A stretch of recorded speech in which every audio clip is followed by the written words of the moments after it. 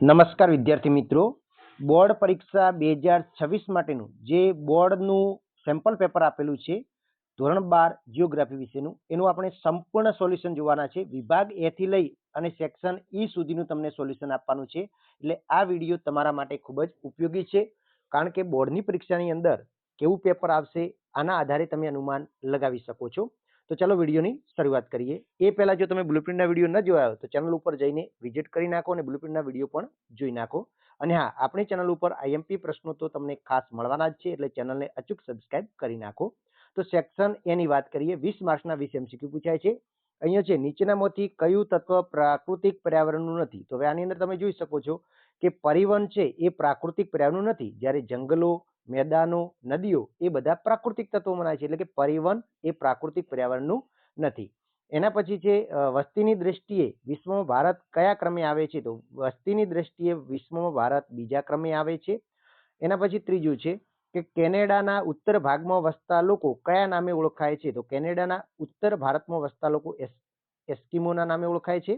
પછી સંદેશા વ્યવહારને ખૂબ જ સરળ બનાવનાર, તો ઇન્ટરનેટ એ સંદેશા વ્યવહારને ખૂબ જ સરળ બનાવનાર છે. પછી ભારતમાં સૌપ્રથમ રેલવેની શરૂઆત કયા વર્ષમાં થઈ હતી? તો 1853 ની અંદર ભારતમાં સૌપ્રથમ રેલવેની શરૂઆત થઈ હતી. વિશ્વની સૌથી મોટી ઇલેક્ટ્રોનિક પ્રણાલી કઈ છે? તો ઇન્ટરનેટ એ વિશ્વની સૌથી મોટી ઇલેક્ટ્રોનિક પ્રણાલી છે. શાર્કનું વડુ મથક કયું છે? તો શાર્કનું વડુ મથક કાઠમંડુ છે. પછી વિક્ટોરિયા સરોવર કયા ખંડમાં આવેલું છે? તો વિક્ટોરિયા સરોવર એ આફ્રિકા ખંડમાં આવેલું છે. પછી ટેમ્સ નદી પરનું નદી બંદર કયું છે? તો લંડન એ ટેમ્સ નદી પરનું નદી બંદર છે. એના પછી ચીન અને દક્ષિણ પશ્ચિમ એશિયાના મધ્યમાંથી પસાર થતો જૂનો માર્ગ કયો છે? તો કે રેશમના માર્ગ તરીકે ઓળખાય છે. એના પછી 11મું જોઈએ, નીચેનામાંથી કયું શહેર શૈક્ષણિક કેન્દ્ર છે? તો વલ્લભ વિદ્યાનગર એ શૈક્ષણિક કેન્દ્ર છે. પછી સિગ્મા દર્શાવવાની સંજ્ઞા કઈ છે?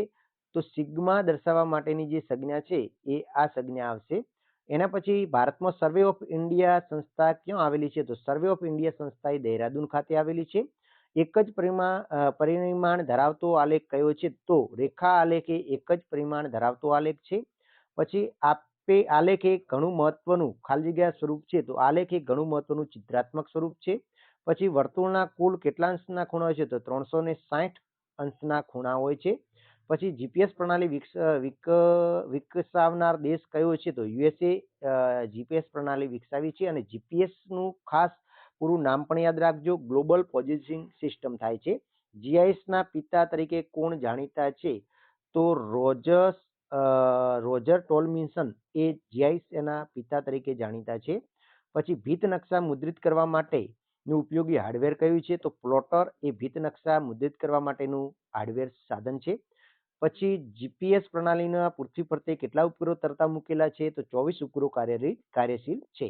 સેક્શન 2 ની વાત કરીએ તો એક એક વાક્યના 10 ટૂંકા પ્રશ્નો હશે. એમાં પહેલો છે સંભવાત શબ્દનો સૌપ્રથમ ઉપયોગ કરનાર કોણ હતા? તો લુસિયન ફાવરે સંભવાત શબ્દનો સૌપ્રથમ ઉપયોગ કર્યો હતો.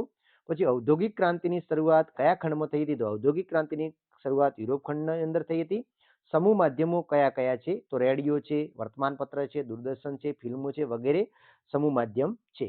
પરિવહનની વ્યાખ્યા આપો. તો કે માનવી કે ચીજ વસ્તુને એક સ્થળેથી બીજા સ્થળે થતી હેરફેરને પરિવહન કહેવાય છે. ભારતનો પ્રથમ ઉપગ્રહ કયો હતો? તો આર્યભટ્ટ એ ભારતનો પ્રથમ ઉપગ્રહ હતો. વ્યાપાર એટલે શું? તો કે ભારતના રાજ્ય વચ્ચે કે વિસ્તાર વચ્ચે થતી સેવા અને ચીજ વસ્તુની જે આપલે થાય છે એને ભારતનો આંતરિક વેપાર કહેવાય છે. ખાસ યાદ રાખજો. અને ભારત એક દેશ બીજા દેશ સાથે જે વેપાર કરીને આંતરરાષ્ટ્રીય વેપાર કહેવામાં આવે છે. વસાહતના મુખ્ય બે પ્રકારો છે, ગ્રામીણ વસાહત અને શહેરી વસાહત. નાટમો સંસ્થા ક્યાં આવેલી છે? તો નાટમો સંસ્થા એ કોલકાતા ખાતે આવેલી છે. કયા પ્રકારના આલેખની પદ્ધતિ સૌથી વપરાય છે? તો સ્તંભ આલેખની પદ્ધતિ સૌથી વધુ વપરાય છે. કમ્પ્યુટરનું હાર્ડવેર એટલે શું? તો કમ્પ્યુટરના ભૌતિક સાધનો કે જેને આપણે સ્પર્શ કરી શકાય છે તથા જોઈ શકાય છે તેને કમ્પ્યુટરનું હાર્ડવેર કહે છે. સેક્શન સી ની વાત કરીએ તો બે ગુણના પ્રશ્નો છે. વસ્તીના માળખામાં કઈ કઈ બાબતોનો સમાવેશ થાય છે? તો સ્ત્રી પુરુષ પ્રમાણ છે, ગ્રામીણ વસ્તી, શહેરી વસ્તી, સાક્ષરતા, વયજૂથ, વ્યવસાયિક માળખું, વંશીય માળખું, ભાષાકીય માળખું, ધાર્મિક માળખું, વસ્તી વધારો વગેરે બાબતોનો સમાવેશ થાય છે. ગૃહ ઉદ્યોગ એટલે શું? તેમાં કઈ ચીજો તૈયાર થાય છે? તો કે ગૃહ ઉદ્યોગ એ એવો ઉદ્યોગ છે કે જે નાના પાયે ઘરમાં કે નાની વર્કશોપમાં ચલાવવામાં આવતો ઉદ્યોગ છે, જેમાં મૂડી કે આંતરિકની જરૂર પડતી નથી. ધારો કે દોરી, કાપડ, ટોપલા, માટીના વાસણો, ચાદર, હસ્તકલા વસ્તુઓ, ખાદ્ય વસ્તુઓ વગેરે બનાવવા માટે થાય છે. પછી દ્વિતીયક પ્રવૃત્તિના લક્ષણો કયા કયા છે? તો દ્વિતીયક પ્રવૃત્તિના લક્ષણો જોઈએ તો માનવી દ્વારા કાચા માલમાંથી રૂપાંતરિત ચીજો બનાવવી, પ્રાથમિક ક્ષેત્રના ઉત્પાદનોનો ઉપયોગ કરવામાં આવે છે. દ્વિતીયક પ્રવૃત્તિના કારણે પ્રાકૃતિક સંસાધનોનું મૂલ્ય વધી જાય છે અને કપાસની કિંમત કરતો તેમાંથી બનાવેલ તારની કિંમત વધી જાય છે. પછી તૃતીયક પ્રવૃત્તિના ઉદાહરણ આપી સમજાવો તો કે માનવીને આપી શકાય તેવી સેવાઓને તૃતીયક પ્રવૃત્તિ કહેવાય છે. જેમ કે સ્વાસ્થ્ય, કલ્યાણ, શિક્ષણ, મનોરંજન, વેપાર વગેરે તૃતીયક પ્રવૃત્તિ આવે છે. અને તૃતીયક પ્રવૃત્તિમાં કોઈ ચીજ વસ્તુનું ઉત્પાદન થતું નથી પણ તેના બદલે માનવી સેવા આપે છે, એટલે કે પગાર, વેતન કે મજૂરીના અપ્રત્યક્ષ રૂપમાં તેને માપી શકાય છે પણ એનું ઉત્પાદન કોઈ થતું નથી. વ્યક્તિગત સંચાર તંત્રના સાધનો કયા કયા છે? Telephone, cellphone, fax, internet, email, ટપાલ સેવા, આંગણિયા સેવા વગેરે વ્યક્તિગત સંચાર તંત્રો છે. સંચાર એટલે શું? વ્યક્તિગત સંચાર તંત્રના સાધનો તો કે એક સ્થળેથી બીજા સ્થળે માહિતી કે સંદેશો મોકલી કે પ્રાપ્ત કરવાની વિસ્તૃત વ્યવસ્થાને સંચાર તંત્ર કહેવાય છે. પછી ભારતનો આંતરિક વેપાર એટલે શું?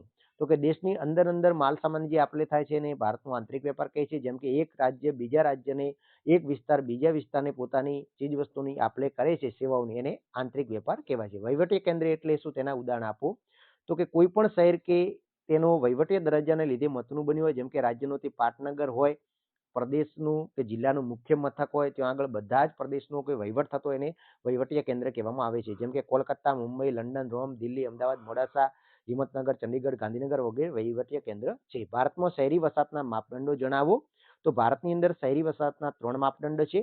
પહેલું તો કે કુલ જનસંખ્યા 5000 કરતાં વધારે હોવી જોઈએ.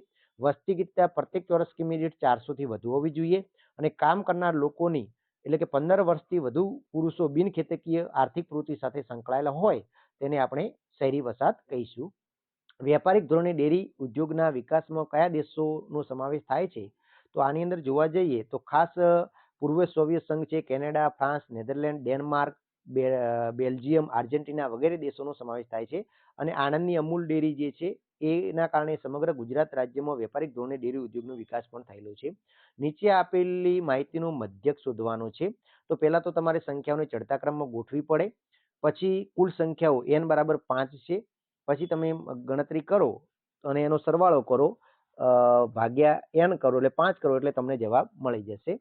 પછી સારણીકરણ વિશે માહિતી આપવાની છે.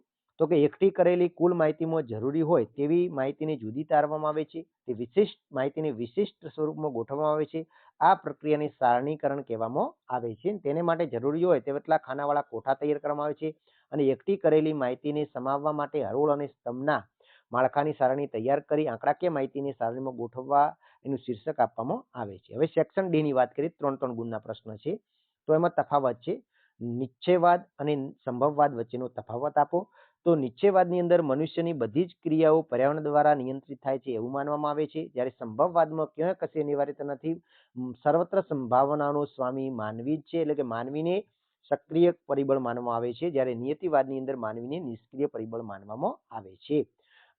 નિયતિવાદની અંદર કાન્ટ, હમ્બોલ્ટ, રીટર, કુમારી એલન, સેમ્પલ તથા હન્ટિંગ્ટન એ વિચારધારાના સમર્થક હતા. જ્યારે સંભવવાદમાં લુસિયન ફાવર, વિડાલ દ લા બ્લાસ વગેરે એના પ્રણેતા હતા. પછી વ્યાપારિક પશુપાલન વિશે ટૂંક નોંધ લખો. તો કે વ્યાપારિક પશુપાલનની અંદર પશુઓ દ્વારા પ્રાપ્ત થતી પેદાશો વ્યાપારિક દ્રષ્ટિકોણથી વધુ પ્રમાણમાં મળી રહે તે પ્રકારનું પશુપાલન થાય છે, એટલે કે તે વૈજ્ઞાનિક દ્રષ્ટિકોણથી થાય છે. પશુઓને ઉત્તમ પ્રકારનું ઘાસ અને અનાજ ખવડાવવામાં આવે છે. પશુઓની ઓલાદ સુધારવા માટેના પ્રયોગો કરવામાં આવે છે. પ્રાણીઓને થતા રોગોનું નિદાન પશુ ચિકિત્સક મારફતે જ કરવામાં આવે છે અને પશુઓની સારી રીતે સરભરા કરવામાં આવે છે. પશુ ચિકિત્સકો દ્વારા એની સારવાર થાય છે. પ્રાણીઓમાંથી દૂધ, મોસ, ચામડું, ઊન, ઈંડા વગેરેનું મોટા પ્રમાણમાં ઉત્પાદન કરી વિશ્વના બજારોમાં નિકાસ કરવામાં આવે છે. એમ કે મરઘા છે, બતકો છે, ઘેટા, બળદ, બકરા, ગાય, બળદ, ઘોડા વગેરે પશુઓ પણ પાળવામાં આવે છે. મોટા પાયા પરના ઉદ્યોગો વિશે માહિતી આપો. તો કે મોટા પાયાના ઉદ્યોગની વિશેષતા જોઈએ તો કે આ પ્રકારના ઉદ્યોગનું વ્યવસ્થા તંત્ર ઉચ્ચ મૂલ્યો આધારિત અને જટિલ પ્રકારનું હોય છે. તેની ઉત્પાદનની ગુણવત્તા અને વિશિષ્ટીકરણ પર વધુ ધ્યાન આપવામાં આવે છે. ત્યાં આગળ ચીજવસ્તુનું ઉત્પાદન વધુ માત્રામાં થાય છે.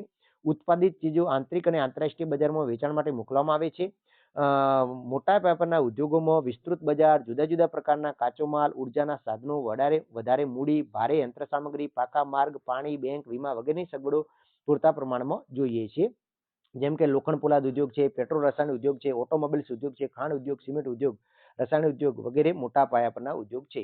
ઉચ્ચ સ્તરીય સેવાઓ જણાવો.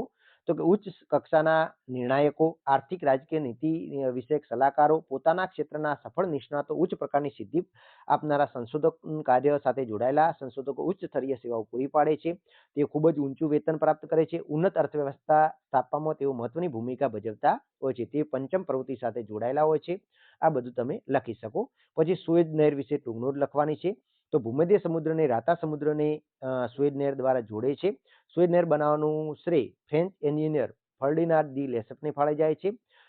સુએઝ નહેર બનાવવાના કારણે પશ્ચિમ યુરોપ અને દક્ષિણ પૂર્વ એશિયાના દેશો વચ્ચેનું અંતર ઘટી ગયું છે. અને આ નહેરની ઉત્તરમાં પોર્ટ સાઇઝ અને દક્ષિણમાં સુએઝ બંદર આવેલું છે. સુએઝ નહેર બનાવવાની શરૂઆત 25 એપ્રિલ 1859માં કરવામાં આવી હતી અને તેને પૂર્ણ 15 ઓગસ્ટ 1869માં પૂર્ણ કરી. હવે પાઇપલાઇનના લાભાલાભ જણાવવાના છે. તો કે સડક માર્ગો, જળમાર્ગો, હવાઈ માર્ગ, પાઇપલાઇન તથા રોપવે પરિવહનના ઉત્તમ માધ્યમ છે. પ્રવાહી પદાર્થો અને કુદરતી વાયુની હેરફેર માટે પાઇપલાઇન સૌથી વધુ સુવિધાજનક સાધન છે. પેટ્રોલિયમ પેદાશો, કુદરતી વાયુ, ગેસ લાંબા અંતરની સુધી લઈ જવા માટે પાઇપલાઇનનો ઉપયોગ થાય છે. પાઇપલાઇન દ્વારા ઘટ્ટ પદાર્થોની સ્લરીના સ્વરૂપમાં ફેરવીને સહેલાઈથી હેરફેર કરી શકાય છે. પાઇપલાઇનની સુવિધા જોઈએ તો ઉબડખાબડ ભૂમિ અથવા પાણીની નીચે પણ પાઇપલાઇન નાખી શકાય છે. તેના સંચાલન અને જાળવણીની પાછળ ખૂબ જ ઓછો ખર્ચ થાય છે. ઉર્જા ક્ષમતા અને પર્યાવરણની સાચવણી દ્રષ્ટિએ શ્રેષ્ઠ વ્યવસ્થા મનાય છે. ફિલ્મ ઉદ્યોગ વિશે વિસ્તૃત ચર્ચા કરવાની છે. તો ફિલ્મ સમૂહ માધ્યમનું પ્રબળ માધ્યમ છે. હોલિવૂડ એ વિશ્વની સૌથી જૂનામાં જૂની ફિલ્મ ઇન્ડસ્ટ્રી છે. હિન્દી ફિલ્મો બોલિવૂડના નામથી ઓળખાય છે. ભારતમાં ફિલ્મ ઉદ્યોગનું મુખ્ય કેન્દ્ર મુંબઈ છે. આ ઉપરાંત કોલકાતા, બેંગલુરુ, હૈદરાબાદ, ચેન્નઈ વગેરે પણ ફિલ્મ ઉદ્યોગના કેન્દ્રો છે.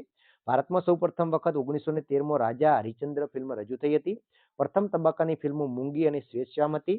1950ના દશકમાં શ્વેતશ્યામ ફિલ્મોને બદલે રંગીન ફિલ્મો રજૂ થવા લાગી. આમ આર્થિક, સામાજિક, ધાર્મિક, રાજકીય અને સાંસ્કૃતિક વગેરે અનેક ક્ષેત્રોનો પ્રભાવ ફિલ્મો એ પાડ્યો છે. તેનાથી અનેક સામાજિક પરિવર્તનો પણ આવ્યા છે. સાથે સાથે ફિલ્મો મનોરંજન ઉપરાંત જ્ઞાન અને માહિતી પણ આપે છે. તેનાથી રાષ્ટ્રીય ઉત્થાનને પ્રેરણા પ્રાપ્ત થાય છે. ભારતમાં હિન્દી ભાષા ઉપરાંત પ્રાદેશિક ભાષામાં પણ ફિલ્મોનું નિર્માણ થાય છે. ગરીબીનો અર્થ સમજાવી ગરીબી દૂર કરવાના ઉપાય જણાવો. તો ગરીબી એક એવી પરિસ્થિતિ છે કે જેમાં વ્યક્તિ કે પરિવાર પોતાની મૂળભૂત જરૂરિયાતો જેવી કે ખોરાક, કપડાં, રહેવાનું મકાન, શિક્ષણ, આરોગ્ય સંભાળ વગેરે પૂરી પાડી શકતા નથી. એમાં ખાસ ગરીબી દૂર કરવાના ઉપાય જોઈએ તો એમને તો શિક્ષણનો વિકાસ કરવો જોઈએ, રોજગારીની તકો ઊભી કરવી જોઈએ, સરકારી યોજનાનો લાભ આપવો જોઈએ, કૃષિ અને ગ્રામનો વિકાસ કરવા અને સ્ત્રી સશક્તિકરણ કરવા ઉપર ભાર મૂકવામાં આવ્યો છે. પ્રદૂષણ અટકાવવાના ઉપાયો જણાવો. તો આ એકદમ સરળ છે. મૌલિકતાથી તમે લખી શકો છો. એના પછી છે પ્રવાહ આલેખની લાક્ષણિકતાઓ જણાવો. તો કે આંકડાઓનું ઘણું બધું વૈવિધ્ય પ્રવાહ આલેખ એટલે કે ફ્લો ચાર્ટ દ્વારા ગતિમાનનું સૂચન કરે છે. વ્યક્તિઓ કે વસ્તુની હેરફેર આંતરરાષ્ટ્રીય હેરફેર સૂચવવા માટે ફ્લો ચાર્ટ વપરાય છે. આંકડાઓનું ઘણું વૈવિધ્ય રહેલું હોય છે. એટલે કે એમાં આપણે બે વસ્તુ જાણવા મળે છે. તો હેરફેરની દિશા અને વ્યક્તિ કે વસ્તુની સંખ્યા જાણી શકાય છે. એટલે આ રીતે તમે ફ્લો ચાર્ટ વિશે માહિતી આપી શકો છો.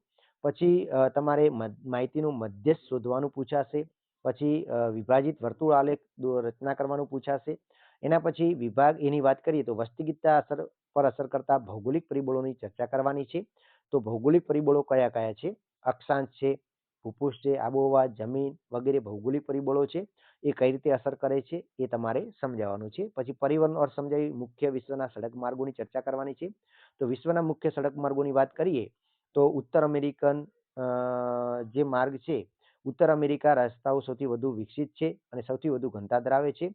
એની અંદર ટ્રાન્સ કેનેડિયન હાઈવે છે, પછી અલાસ્કા હાઈવે છે અને પાન અમેરિકન હાઈવે છે. પછી યુરોપના માર્ગો ખૂબ લાંબા અને શ્રેષ્ઠ રસ્તા ધરાવે છે. પશ્ચિમી રશિયાના નેટવર્ક છે, વ્લાડિવોસ્ટોક માર્ગ છે, ઓસ્ટ્રેલિયનના કિનારે આવેલો જે માર્ગ છે, સ્ટુઅર્ટ ધોરીમાર્ગ છે. આ બધું તમારે લખવાનું છે. પછી ભારતના આંતરિક જળમાર્ગ છે. તો કુલ 5 છે. રાષ્ટ્રીય જળમાર્ગ નંબર 1 છે જે ગંગા નદી ઉપર આવેલું છે, હલ્દિયાથી અલ્હાબાદ સુધી જાય છે. તેની લંબાઈ 1620 કિમી છે. પછી રાષ્ટ્રીય જળમાર્ગ નંબર 2 છે, બ્રહ્મપુત્ર નદી ઉપર છે, તે સાદિયાથી ધુબરી સુધી જાય છે. પછી જેની લંબાઈ 891 કિમી છે. રાષ્ટ્રીય જળમાર્ગ નંબર 3 કેરળ રાજ્યમાં આવેલું છે, જે કેનાલ ઉપર છે, ચંપાકાર કેનાલ અને કોટાપટ્ટનમ નહેર દ્વારા જળમાર્ગ પૂરો પાડવામાં આવેલો છે. રાષ્ટ્રીય જળમાર્ગ નંબર ગોદાવરી અને કૃષ્ણા નદીનો માર્ગ છે અને સાથે સાથે કાકીનાડા અને પંડુચેરીને જોડતી એક નહેર દ્વારા પણ બનાવેલો છે. પછી રાષ્ટ્રીય જળમાર્ગ નંબર 5 બ્રાહ્મણી નદી ઉપર આવેલો છે, જે તાલેચરથી લઈ અને સરબતિયા સુધી જતો છે. તેની લંબાઈ 585 કિમી છે. પછી ગ્રામીણ વસાહત પ્રણાલીની વિશે સવિસ્તર માહિતી આપો. તો અહીંયા ગ્રામીણ વસાહત પ્રણાલીની પ્રકારો લખવાના છે. રેખિક વસાહત પ્રણાલી છે, લંબચોરસ વસાહત પ્રણાલી છે, ચક્રીય, અર્ધચક્રીય છે, તારક વસાહત પ્રણાલી, ત્રિકોણીય વસાહત પ્રણાલી, ઉપચક્રીય, નિહારિકા. બરાબર. પછી માનવ સંસાધન વિશે માહિતી આપવાની છે. જળ પ્રદૂષણ અટકાવવાના ઉપાયો છે. એના પછી આપણે જોઈએ તો પ્રદૂષણ અને પ્રદૂષણના પ્રકારો જણાવવાના છે. તો પ્રદૂષણના પ્રકારો જોઈએ તો હવાનું પ્રદૂષણ, જળ પ્રદૂષણ, ભૂમિ પ્રદૂષણ, ધ્વનિ પ્રદૂષણ, એના પછી અવકાશીય પ્રદૂષણ છે. પછી નકશાની અંદર તમારે બતાવવાનું છે રાષ્ટ્રીય જળમાર્ગ નંબર 5 બતાવવાનો છે, જે તમિલનાડુમાંથી પસાર થાય છે.